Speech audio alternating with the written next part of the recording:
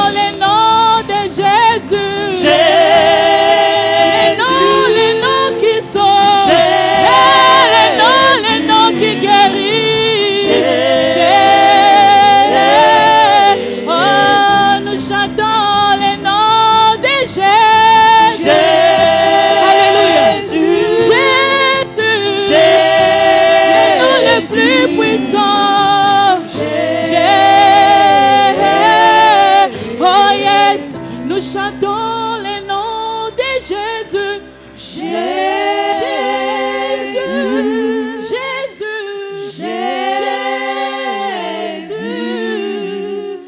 Jésus.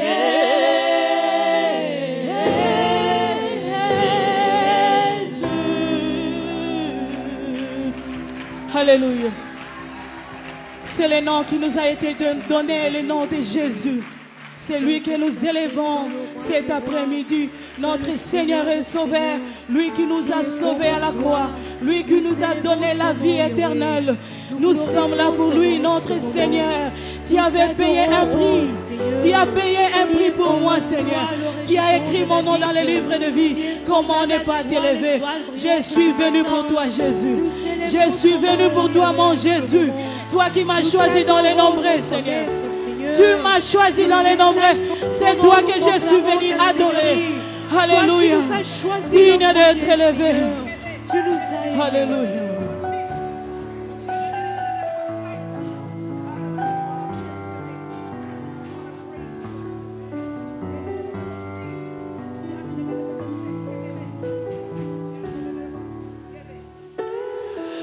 Tu es digne, Seigneur Jésus.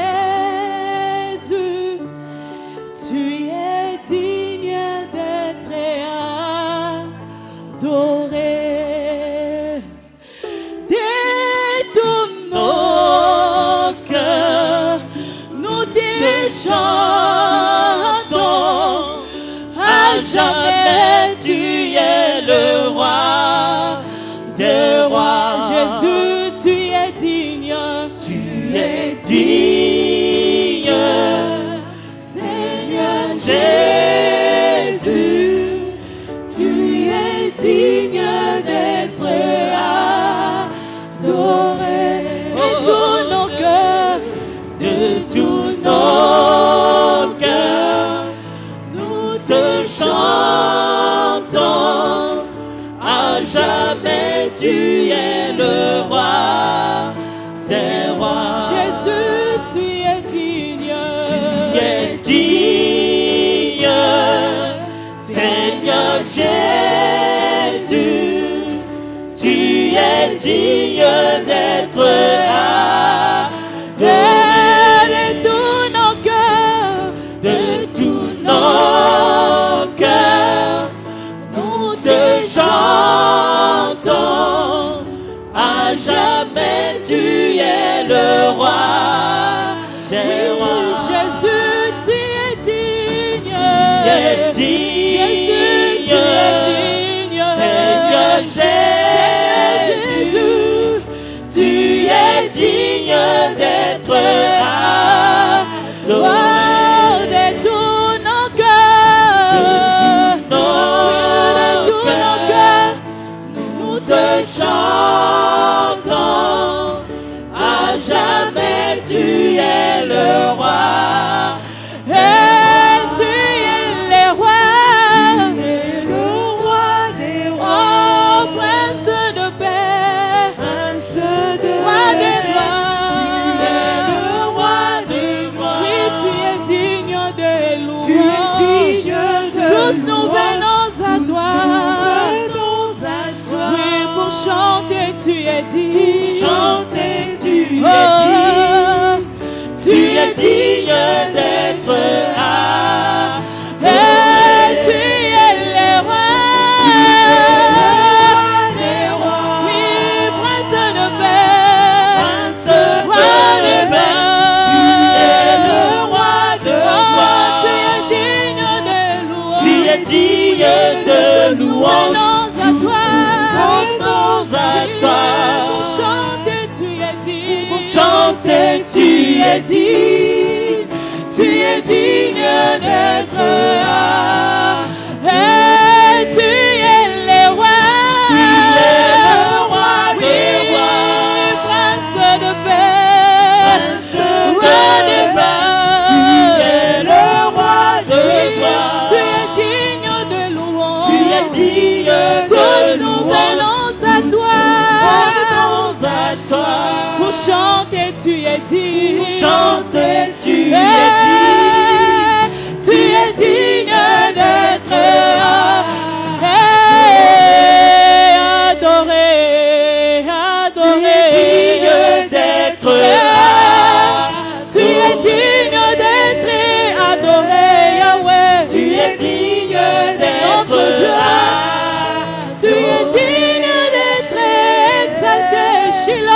es digne d'être adoré.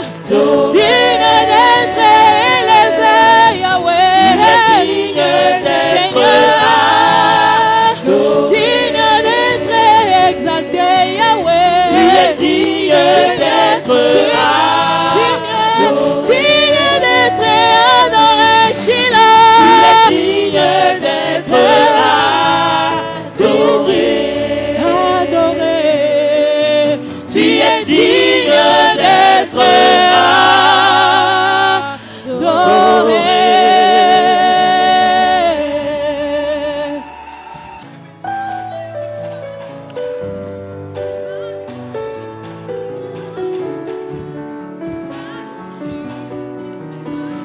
Tu es le pilier qui tient ma vie. Tu es le pilier qui tient ma vie. Seigneur Jésus, tu es le pilier qui tient ma vie. Seigneur Jésus, Tu es le pilier qui tient ma vie. Yeah, tu es le pilier. Tu es le pilier qui tient ma vie. Tu es le pilier. Tu es le pilier qui tient ma vie. Yeah. Seigneur Jésus, tu es le pilier qui tient ma vie. Seigneur Jésus, Tu es le pilier qui tient ma vie. C'est toi qui tiens ma vie, Seigneur. Qui tiens ma vie. Oui, tu es le pilier. Tu es le pilier qui tient ma vie. Seigneur Jésus, Tu es le pilier qui tient ma vie. Seigneur Jésus, Tu es le pilier qui tient ma vie. Oh, you are the pillar that holds my life. You are the pillar that holds my life. Master Jesus, you are the pillar that holds my life. Master Jesus, you are the pillar that holds my life. You are the pillar. You are the pillar that holds my my life. Jesus, you are the pillar. You are the pillar that holds my life. Master Jesus, you are the pillar that holds my life. Master Jesus, you are the pillar that holds my life. You are the pillar. You are the pillar that that holds my life. Jesus, you are the pillar. You are the pillar that holds my life. Master Jesus, you are the pillar that holds my life. Master Jesus, you are the pillar that holds my life. Tu es le pilier, tu es le pilier qui tient ma vie. Tu es le pilier, Tu es le pilier qui tient ma vie. Seigneur Jésus, tu es le pilier qui tient ma vie. Seigneur Jésus, tu es le pilier qui tient ma vie. Hallelujah. Father, we give you all the praise. Father, we... Alléluia. Vous avez vu le fils prodigue? Il était un prince dans sa maison. Il est sorti de sa maison. Il a fini où? En mangeant avec les porcs. Alléluia. Donc, où es-tu? C'est pour moi le lieu où ils se rencontraient, c'est le Saint-Esprit. Mais une fois que l'esprit est parti à cause du péché, ils ne pouvaient plus se rencontrer dans ce même endroit. Dieu savait très bien où il était. Si Dieu te pose la question aujourd'hui, où es-tu? Ce n'est pas parce qu'il ne sait pas où tu es, mais c'est parce qu'il veut que tu prennes conscience de là où tu es. Parce que si on te demande où es-tu, tu prends une petite pause. Tu regardes autour de toi pour te localiser physiquement par rapport à là où tu es. Amen. Donc cette question, où es-tu? En fait, ce n'est même pas une question qui est en rapport avec l'endroit physique où tu es. C'est une question qui est en rapport avec le plan de Dieu pour ta vie. Où es-tu? Où en es-tu par rapport au plan que j'ai formé pour ta vie? Tu peux avoir du succès. Tout le monde peut t'applaudir. Mais tu n'es peut-être pas là où Dieu veut que tu sois. Vous me comprenez? Dieu veut que tu prennes conscience de ta position, à savoir, est-ce que tu es là où je veux que tu sois? Amen. Et quand vous vous promenez d'une façon physique, et que quelqu'un vous téléphone par exemple et dit, où es-tu? Tu t'arrêtes et puis tu dis, je suis à... Tu regardes autour de toi et tu te localises par rapport à quelque chose qui est fixe. Pas par rapport à quelque chose qui marche. Parce que toi, tu marches. Mais pour dire aux gens où tu es, tu dois te localiser, leur donner ta localisation par rapport à quelque chose qui est fixe. Je suis à côté de la poste. La poste est fixe. La poste ne marche pas. Je suis à côté de Carrefour. Amen. Eh bien, quand tu te localises par rapport à ce qui est fixe, il faut comprendre que ce qui est fixe, pour toi, c'est l'image du plan que Dieu a pour ta vie. Parce que le plan que Dieu a pour ta vie est fixe. Dieu ne change pas son plan, c'est toi qui changes ton plan. Amen. Le plan que Dieu a pour ta vie est fixe. Et Dieu veut savoir où est-ce que tu en es. Quand la Bible dit, vous êtes plus que vainqueurs par celui qui vous fortifie, où est-ce que tu en es par rapport à cette parole-là? Est-ce que par rapport à cette parole, tu es vraiment plus que vainqueur? Est-ce que par rapport aux promesses de Dieu pour ta vie, tu es vraiment plus que vainqueur? Le plan de Dieu est très important. Pour comprendre ou connaître le plan de Dieu, il y a une chose qu'il faut que tu saches. Tu dois d'abord savoir qui est Dieu. Et pas seulement qui est Dieu, mais il faut que tu saches aussi comment Dieu te regarde. Est-ce que tu te vois de la même façon que Dieu te voit?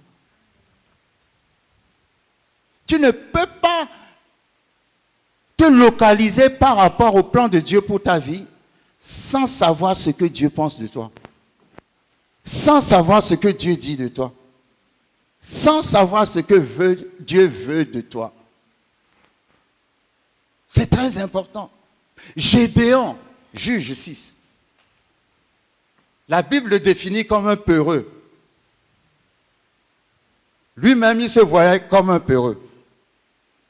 Mais Dieu le voyait comme un vaillant héros.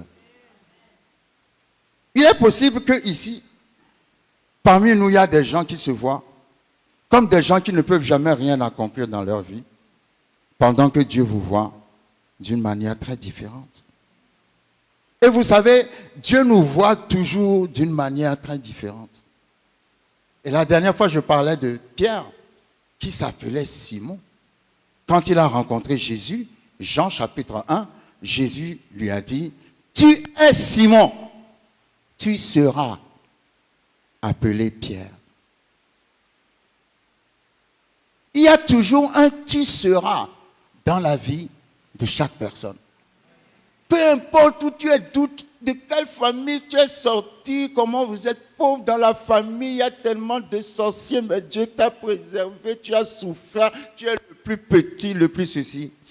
Si tu rencontres Jésus, il y a un « tu seras ». J'aime toujours dire ça. Dis à ton voisin, je serai.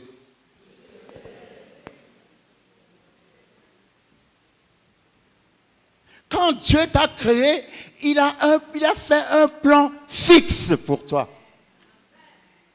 Mais il n'est pas possible que tu rentres dans le plan de Dieu si tu ne connais pas Dieu et si tu ne te connais pas toi-même à travers Dieu.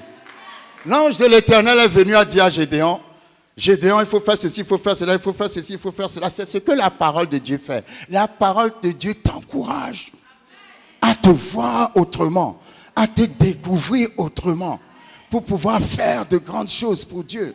Tu ne peux pas écouter la parole et te considérer toujours comme le plus petit. Tu ne peux pas écouter la parole et te voir toujours en dessous de toutes choses. Quand l'ange a parlé à Gédéon et que Gédéon lui a fait une offrande, l'ange s'est révélé comme l'Éternel paix, Jéhovah Jireh.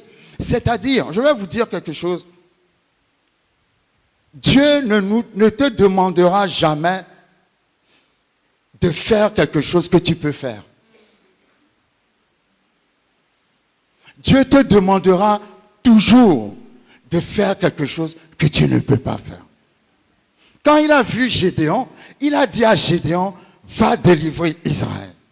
Gédéon se voyait trop petit, trop pauvre, sorti d'une famille ceci, d'une famille cela, mais l'ange lui a donné les paroles qu'il faut pour pouvoir délivrer Israël. Et en partant, l'ange lui a donné la révélation de Jéhovah Shalom. Vous savez, Jéhovah Shalom pour moi, c'était une façon que Dieu avait pour dire à Gédéon, je t'ai demandé de faire quelque chose qui est plus grand que toi. Mais ne t'inquiète pas, repose-toi, parce que finalement, c'est moi qui le ferai à travers toi.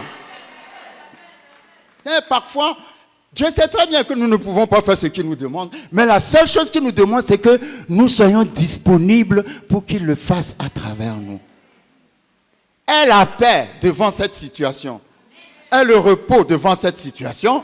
Parce que finalement, ce n'est pas toi qui le feras, c'est Dieu qui le fera à travers toi. C'est ça la révélation de Jéhovah Shalom. Amen. Et nous verrons après, quand vous lisez l'histoire de, comment elle s'appelle, l'histoire de Gédéon, que Gédéon a accompli de très grandes choses par rapport à la manière dont il voyait le monde avant. Pourquoi? Parce que l'ange de l'Éternel est venu pour lui ouvrir les yeux. Amen. Que l'ange de l'Éternel ouvre tes yeux aujourd'hui, alors que tu entends la parole, que tu saches que cette parole va emmener la délivrance totale dans ta vie.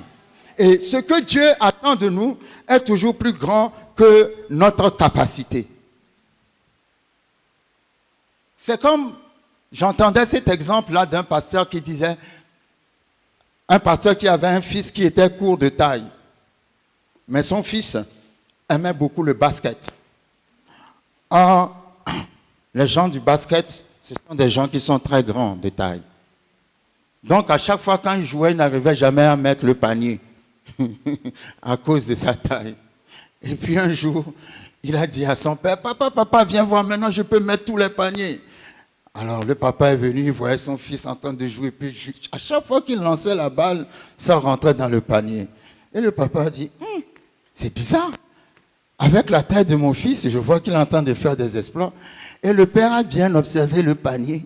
Et il a remarqué que le petit a diminué la taille du panier pour que le panier arrive à son niveau. Alléluia. Mais vous savez, parfois, c'est comme ça que nous faisons avec les plans de Dieu dans notre vie. Parfois, nous aimons, tu as un grand appel sur ta vie, une grande destinée, mais toi, tu réduis la taille à ton niveau. Mais tout ce que tu fais et que tu fais par tes propres forces, ce n'est pas pour Dieu et ce n'est pas Dieu. Dieu veut que tu fasses des exploits. Vous savez, je lisais la dernière fois dans, je crois que c'est Deutéronome chapitre 9. Deutéronome chapitre 9 dit quelque chose de... Vraiment, j'aime bien ce passage-là. Je disais que moi, j'aime beaucoup l'Ancien Testament. Parce que dans l'Ancien Testament se trouvent des révélations cachées. Amen. Dans Deutéronome 9, Dieu dit, écoute Israël, tu vas aujourd'hui passer le Jourdain. Dis à ton voisin, aujourd'hui je vais passer le Jourdain. Pour te rendre maître de nations plus grandes et plus puissantes que toi. De villes grande et fortifiée jusqu'au ciel. D'un peuple grand et de haute taille, les enfants d'Anak que tu connais et dont tu as entendu dire, qui pourra tenir contre les enfants d'Anak? Sache aujourd'hui que l'Éternel, ton Dieu, marchera lui-même devant toi comme un feu dévorant. C'est lui, c'est pas toi, c'est lui qui les détruira, qui les humiliera devant toi et tu les chasseras, tu les feras périr promptement comme l'Éternel te l'a dit. Oui, Dieu ne nous donne pas à accomplir des projets simples ou des projets petits. Dieu dit à Israël ici, je vais faire en sorte que tu vas devenir maître des nations qui sont plus grandes et qui sont plus puissantes que toi. Ce n'est pas un exploit quand tu arrives à vaincre quelque chose par rapport à cette chose, tu es plus grand et plus puissant que cette chose. Non. Dieu ne veut pas que tu gagnes des batailles que tu peux gagner. Dieu veut que tu gagnes des batailles que tu ne peux pas gagner. Il dit, je vais te rendre. Ah, que l'Éternel exauce cette prière aujourd'hui dans la vie de quelqu'un. Je vais te rendre maître des nations plus grandes et plus puissantes que toi. Ah, come on! Maître des nations qui sont plus grandes et qui sont plus puissantes que toi. Amen. Dieu est un Dieu qui a un grand plan pour nous. Si tu es là, toujours dans des petits plans, toujours dans des petits projets, tu n'es pas encore dans la foi. La foi va faire que tu vas tout perdre. La foi va faire que tu vas prendre des risques et des risques et des risques. C'est ça la foi. Après, Dieu va te restaurer. Vous savez, Moïse, quand il a fui l'Égypte, la Bible dit, il a laissé tous les trésors de l'Égypte quand il était parti, quand il avait fui. Mais quand Dieu l'a restauré et qu'il est revenu pour délivrer Israël, il est ressorti avec tous les trésors de l'Égypte. Ah, quelqu'un ne m'a pas compris. Ah, Dieu va te donner ce que l'ennemi t'a volé. Dieu va te donner tout ce qui est en retard. Je parle d'héritage, je parle de terrain en Afrique ou je ne sais où. Je parle de ce qui appartient à papa, maman ou à ton grand-père. Toutes ces choses-là vont revenir dans le nom de Jésus. Il est parti les mains vides. Mais quand Dieu l'a fortifié, qu'il est revenu, quand il est ressorti la dernière fois, l'Égypte est passée de l'état de pays le plus puissant du monde à l'état de pays en voie de développement. Parce que Dieu a restauré quelqu'un. Il y a certaines choses que tu crois que tu as perdues, mais Dieu va te les restaurer. Il y a certaines batailles que tu crois que tu as perdues et que c'est fini, mais Dieu va te les restaurer. C'est pour ça que j'aime Ézéchiel 37. Quand vous voyez les ossements, ça veut dire que c'est une armée qui a perdu la guerre. Les gens qui ont vaincu cette armée se sont dit, nous avons gagné, c'est fini, ils sont partis. Mais pour eux, c'était fini, pour Dieu, c'était pas fini.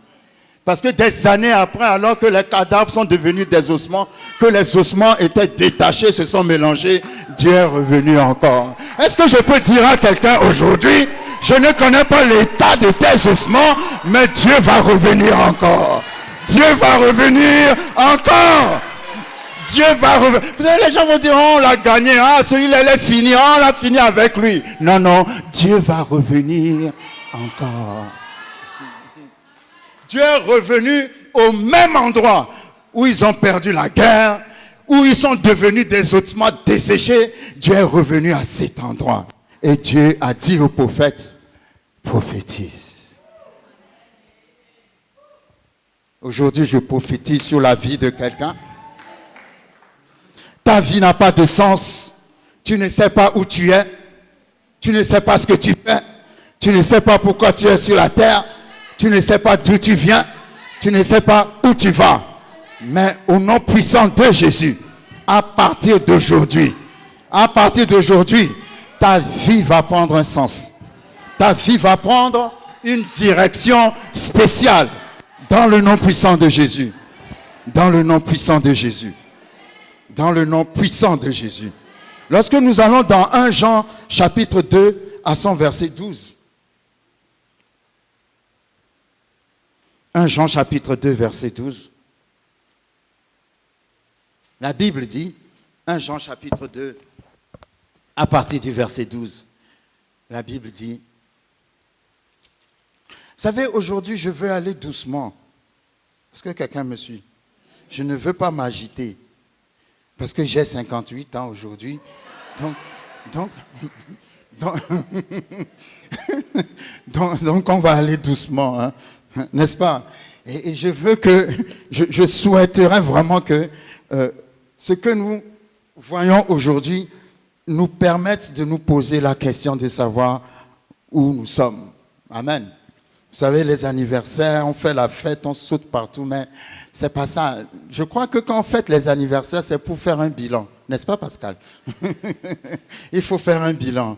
Il dit, bon, ça fait 58 ans que je suis sur la terre, ça fait longtemps quand même. Donc, bon, où est-ce que j'en suis et où est-ce que je vais? Quel est le sens de ma vie? C'est important, ce sont des questions très importantes. Quel est le sens de ma vie? Amen. Dans 1 Jean chapitre 2, à partir du verset 12,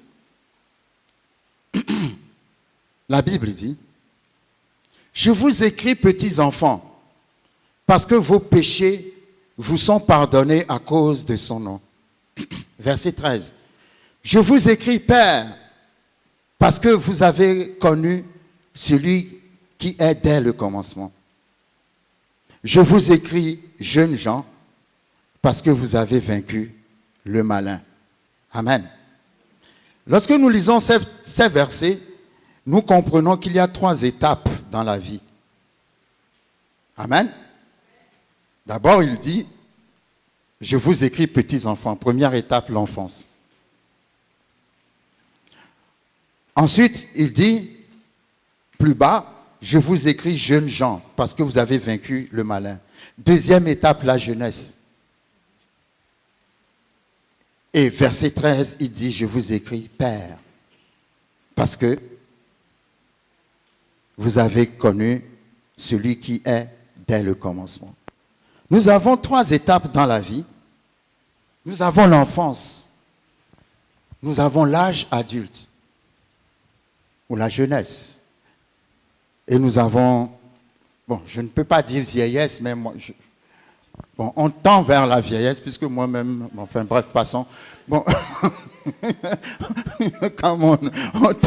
on tend vers la vieillesse, mais à 58 ans, on n'est pas encore vieux. Hein. Tu es d'accord avec moi? Non, ça m'encourage. Bon, je veux dire l'âge mûr. Je peux dire l'âge des pères et des mères.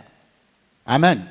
Il y a l'enfance, il y a la jeunesse, il y a l'âge mûr où tu es père, où tu deviens père ou mère, spirituel ou physique. Amen. Et ces 3 étapes-là marquent l'existence d'une personne. Et chacune de ces étapes est très importante. Les enfants sont des petits personnages qui ne peuvent rien faire sans l'aide de quelqu'un. Amen. Les enfants sont toujours en train de dire, j'ai besoin de quelqu'un, j'ai besoin de quelqu'un, j'ai besoin de quelqu'un, j'ai besoin de quelqu'un. Quand ils ont un besoin particulier et qu'on ne lui donne pas ce besoin, ils pleurent. Les enfants sont incapables de prendre une décision, de prendre une direction. Ils sont toujours dépendants de quelqu'un. Et ils ne peuvent pas en sortir eux-mêmes. Pourquoi? Parce qu'ils sont enfants. Et ce n'est pas mauvais. C'est une étape très importante dans la vie d'un être humain de passer par l'enfance. Mais à un moment donné, il faut sortir de l'enfance et évoluer vers l'âge adulte. Quand il dit, quand il parle aux jeunes, j'aime bien, pour les jeunes, il a dit quelque chose de particulier. Il a dit, je vous écris jeunes gens, parce que vous avez vaincu le malin. Amen. Vous savez, souvent, les jeunes aiment les défis. Hein? Les jeunes aiment avoir de grandes ambitions. Les jeunes ont des rêves à accomplir. Et ils aiment ça.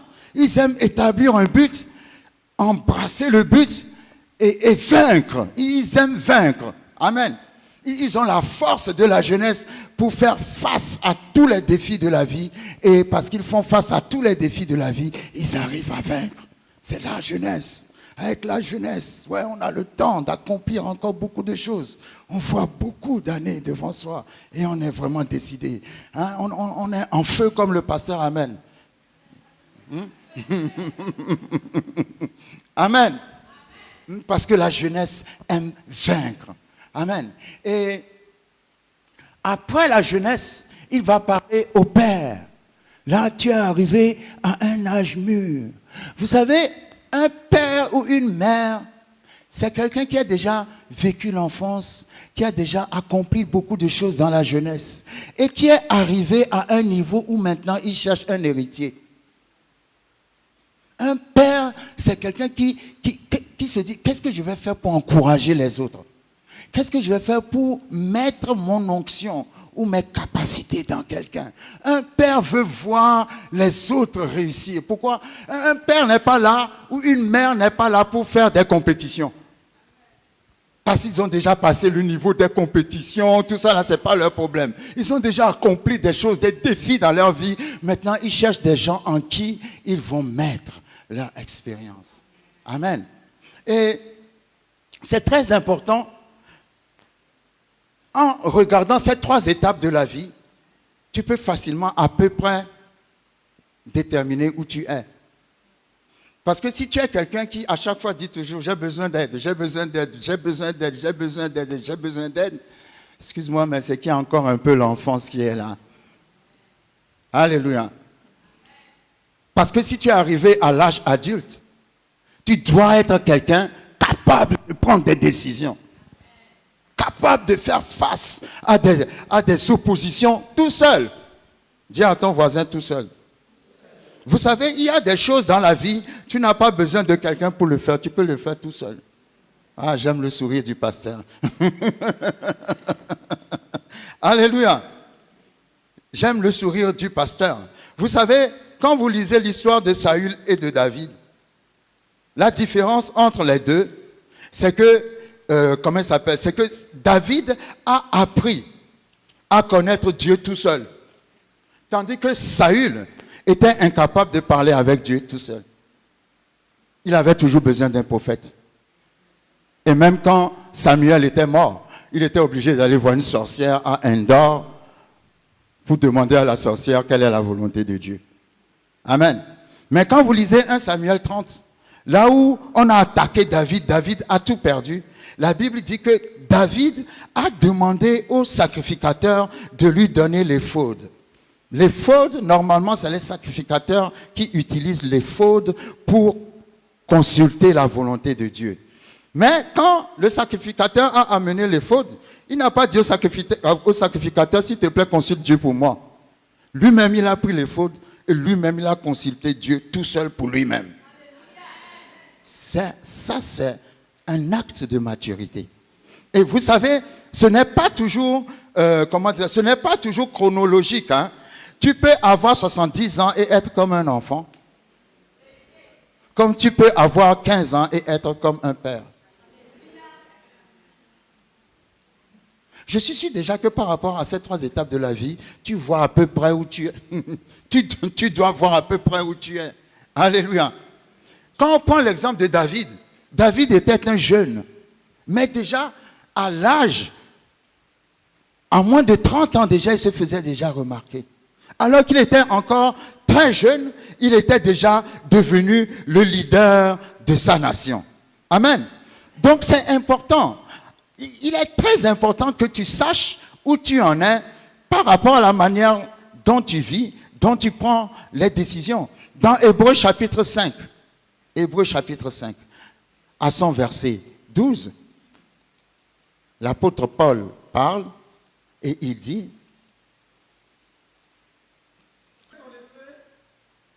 vous êtes en effet, vous en effet, vous qui devriez être des maîtres, oui, vous avez encore besoin qu'on vous enseigne. les premiers rudiments des oracles de Dieu. Vous en êtes venus à avoir besoin de lait et non d'une nourriture solide. Merci. L'apôtre Paul parle à des gens qui sont supposés être mûrs. Et il dit aux gens qui sont supposés être mûrs, à votre âge, vous demandez encore du lait pendant que vous devez être déjà à la semoule. Pendant que vous devez être déjà à la nourriture solide, vous en êtes encore au biberon. Vous imaginez un adulte qui ne peut pas manger la semoule et à qui on doit préparer du lait tout le temps?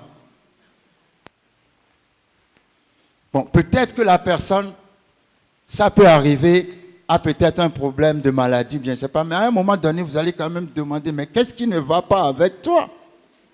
Tu as 20 ans, tu as plus de ceci, mais tu en es encore au lait. Il est temps de grandir. Amen.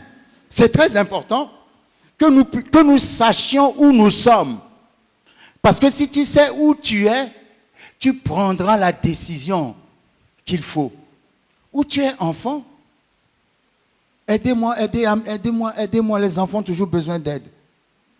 Où tu es adulte, tu es capable de prendre une décision, de tout faire tout seul. D'avoir une relation personnelle avec Dieu. Alléluia. Où tu es devenu un père, tu as déjà expérimenté les choses de la vie et tu cherches un héritier. Amen. Donc c'est important pour nous de savoir à quelle étape de la vie nous sommes, en sachant que ce n'est pas l'âge qui détermine l'étape. Parce que comme on a dit, tu peux avoir 70 ans et être un enfant, comme tu peux avoir 15 ans et être un père. Amen. À cause des décisions, des orientations que tu prends dans la vie. Lorsque nous allons dans Genèse chapitre 8,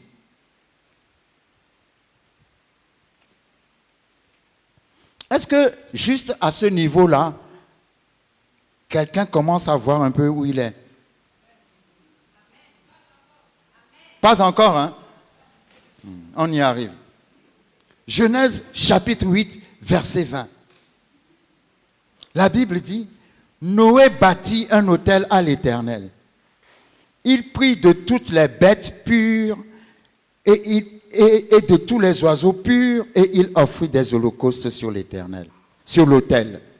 L'Éternel sentit une odeur agréable et l'Éternel dit en son cœur, je ne maudirai plus la terre à cause de l'homme, parce que les pensées du cœur de l'homme sont mauvaises dès sa jeunesse, et je ne frapperai plus tout ce qui est vivant comme je l'ai fait. Tant que la terre subsistera, les semailles et les moissons, ou la semence et la récolte, le froid et la chaleur, l'été et l'hiver, le jour et la nuit ne cesseront point. Amen. Vous savez, la dernière fois, nous avions parlé de Pierre. Quand Pierre avait passé la nuit sur le lac sans pêcher un seul poisson, le lendemain, au matin, Jésus est arrivé et Jésus lui a dit de retourner sur le lac. Jésus a prêché, on ne sait pas ce que Jésus a prêché, mais à un moment donné, il a dit jetez les filets. Et Pierre a dit sur ta parole, je jetterai le filet. Et quand il a jeté le filet, tous les poissons du lac sont venus dans le filet, tellement que le filet a rompu. Il a eu foi dans la parole. On appelle ça la parole de foi. Amen.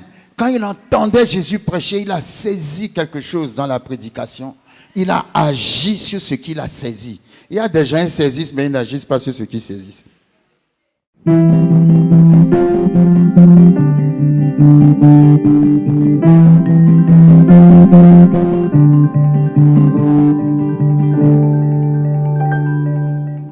Bien-aimés dans le Seigneur, je vous salue au nom de notre Seigneur Jésus-Christ. Je suis le pasteur Jean-Claude Ponsou du ministère La Foi Victorieuse. Ça va faire déjà une dizaine d'années que vous nous donnez cette opportunité, vous nous faites cette grâce d'entrer dans votre intimité, dans vos maisons, pour partager la parole de Dieu avec vous, et je vous en remercie. Merci pour votre soutien. Vous nous écrivez, nous recevons beaucoup de lettres d'encouragement de votre part, et aussi un certain nombre de soutiens en prière et en finances venant de votre part.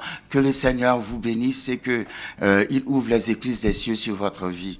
Si je suis ici aujourd'hui, c'est pour vous dire que nous avons toujours besoin de vous. Nous sommes arrivés à un niveau où les exigences du ministère font que nous avons besoin de votre aide, soutenir financièrement, parce que c'est vrai, l'évangile est gratuit, mais vous savez bien que sa diffusion ne l'est pas du tout. Alors pour notre programme à la télévision, nous avons vraiment besoin que vous deveniez partenaire, et que ce faisant, vous puissiez participer, contribuer aux différents frais que suscite l'exercice du ministère d'évangélisation.